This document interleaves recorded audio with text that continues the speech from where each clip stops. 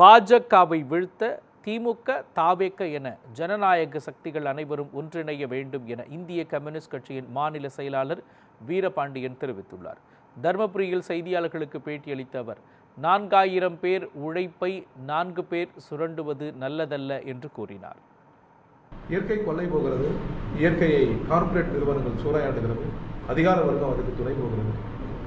எனவே நாடாளுமன்றங்களும் சட்டமன்றங்களும் இயற்கை பாதுகாப்பு குறித்த ஒரு உரையாடலை துவக்க வேண்டும். இயற்கை என்பது நிகழ்கால மனித குலத்துக்கானது மட்டுமல்ல, அது எதிர்கால சந்ததிகளுக்கு. அதை சூறையாடுகிற நிகழ்காலத்திற்கு எந்த உரிமையும் இல்லை. இயற்கை யாவும் வருங்காலத்துக்குரியது. அதை பாதுகாத்து அடுத்த தலைமுறைக்கு அளிக்க வேண்டும்.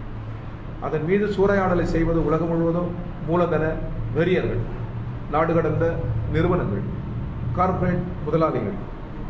எனவே இவர்களிடமிருந்து நாட்டை காக்க வேண்டும், இயற்கையை காக்க வேண்டும். அந்த கொள்கை தான் எங்கள் கொள்கை. அதற்கான போராட்டங்களை தான் நாங்கள் நடத்துவோம்.